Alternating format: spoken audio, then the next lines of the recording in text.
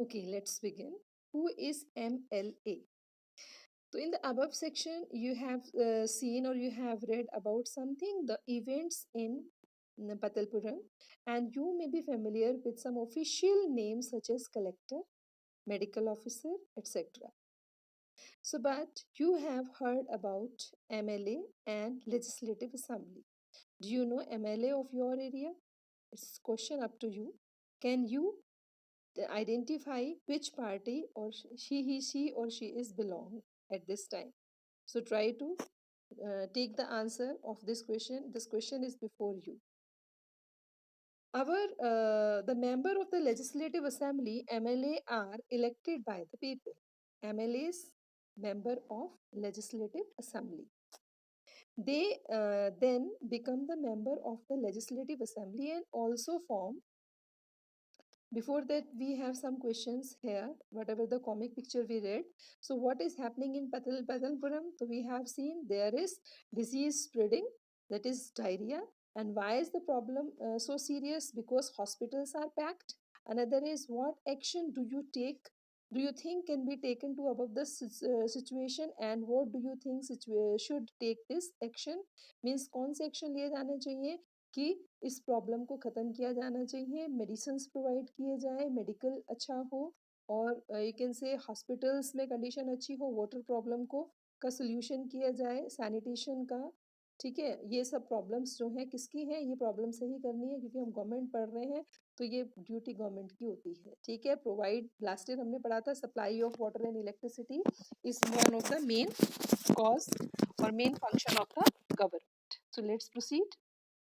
So the government, in this way, the MLAs represent people. Represent का मतलब है हमने जिनको इलेक्ट किया है वो लोग हमारे बिहाफ पर रूल करते हैं, हमारी वजह से ही MLAs बने, हमारी वजह से ही गवर्नमेंट में आए हैं. So the example below will help us understand this better. Every state in India has legislative assembly. सब जगह पर स्टेट में legislative assembly है, जितने भी स्टेट्स हैं. Each state is divided into different area और कॉन्स्टिट्यूएंसीज. कोई भी एरिया है, सपोज उत्तराखंड है, उत्तर प्रदेश है, वो कॉन्स्टिट्यूएंसीज में डिवाइडेड है. मतलब उसमें डिफरेंट काइंड ऑफ एरियाज हैं जो कि उनको हम कॉन्स्टिट्यूएंसीज बोलते हैं.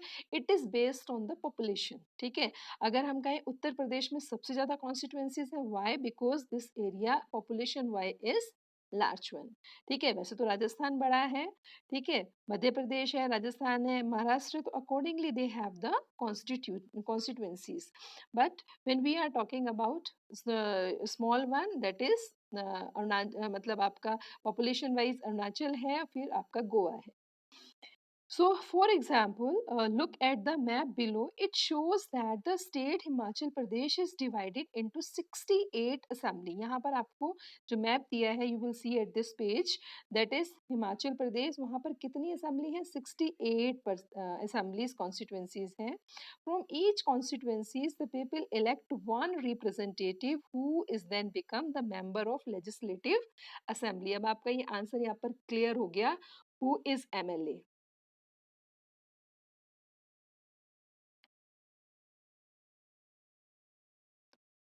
Now, who is MLA? So I just mark it here that MLA is who?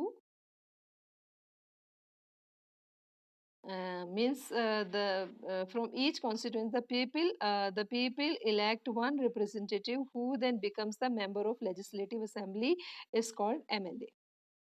So you would have noticed that the people stand for election in name of the different parties. जब अभी हमारे यहाँ election होते हैं, आप देखते हैं कोई लोटस फ्लावर के लिए फाइट कर रहा है, कंटेस्ट कर रहा है, कोई you can say hand imprint के लिए कर रहा है, कोई डिफरेंट डिफरेंट काइंड ऑफ हैं. ठीक है, तो या आम आदमी पार्टी है, जो भी है, लाइक ब्रूम के लिए है, तो different symbols we know that and they are contesting election. These MLAs therefore belong to the different political parties. तो ये parties से belong करते हैं. Certainly we people elect them accordingly that which party is doing best or his or her work properly. So that's why we elect them. So how do the people, our MLAs, become minister or chief minister? अब वो MLAs ही minister और chief minister कैसे बनते हैं? The political parties whose MLAs one more than half number of the constituencies. Suppose करिए हिमाचल प्रदेश का हम पढ़ रहे हैं 68 है, 68 में अगर किसी एमएलए ने हाफ देन मतलब इसका 34 हुआ, यानी इससे ज्यादा प्लस 1, ठीक है, इतना अगर विन कर लिया तो वो क्या होगा? A political parties MLAs have one more than that half of the number of constituencies in state can be said to be the majority. उसको मेजोरिटी आ जाएगी, मतलब वो मेजोरिटी के लोगों ने उसको चुना है। जैसे कि this time and last time mister Modi's government got majority in the country and that's why without any objection the government form and the political party that has the majority is called ruling party। और जिसको majority मिलती है वो party क्या होती है? ruling party means that forms the government and all the member are called oppositions। मतलब ruling party है और दूसरे जो मेंबर है एंड अदर मेंबर, अदर्स पे आपको ध्यान रखना है, एंड अदर ऑल मेंबर जो जीते नहीं हैं, जो रेस्ट में हैं, जो बच गए हैं, वो क्या होंगे? ऑपोजिशन के होंगे। वो चाहें तो मतलब गवर्नमेंट के साथ मिलकर गवर्नमेंट में भी आ सकते हैं, लेकिन कई बार नहीं आते हैं। जैसे कांग्रेस पार्टी है गवर्नमेंट में, उन्होंने उनको सपोर्ट नहीं किया, ऑपोजिशन में रहना अच्छा समझा। दूसरी जो पार्टीज हैं कई बार वो क्या करती हैं कि सपोर्ट करने के लिए गवर्नमेंट में आ जाती हैं अगर उनके सीट्स ऑफ नंबर अच्छे हैं। So for example the legislative assembly the state Himachal Pradesh 68 MLA constitution. अभी हमने देखा कि यहाँ पर 68 एमएलएज की कॉन्स्टिट्यूएंसीज है और यहाँ पर किसने विन किया? ठीक है, जो भी पार्टी होगी, अभी आप इतना नेम मेंशन नहीं है। Basic question was the that particularly MLA क्या था, तो आपको समझ आ गया होगा व्हाट इज एमएलए। ठीक है, मेंबर ऑफ लेजिस्लेटिव असेंबली, और उसको चुनता कौन है? हम ही लोग चुनते हैं, किसी भी स्टेट का ये एमएलएज होता है। अगर आपके मन में क्वेश्चन है एमपीज क्या है, तो मेंबर ऑफ पार्लियामेंट। ठीक है, ये दो चीजें आपकी क्लियर हुई। तीसरा आपका कॉन्स्टिट्यूएंसीज क्या है? It is based on geographical area and population simultaneously, कि वहाँ कितनी कॉन्स्टिट्यूएंसीज है, उन कॉन्स्टिट्यूएंसीज पे इलेक्शन कंटेस्ट किए जाते हैं। ठीक है, फिर थर्ड क्वेश्चन है मेजोरिटी क्या होती है? मेजोरिटी है particularly when a party getting number of seats, major number of seats that forms the government. Third है आपका ऑपोजिशन। ऑपोजिशन क्या है? The people who do not win the election and they remain in the other parties, तो they are called opposition. So आपके ये आपके 4 concept यहाँ पर थे, तो you must understand them. Tomorrow will discuss the further section. Okay, till then good bye.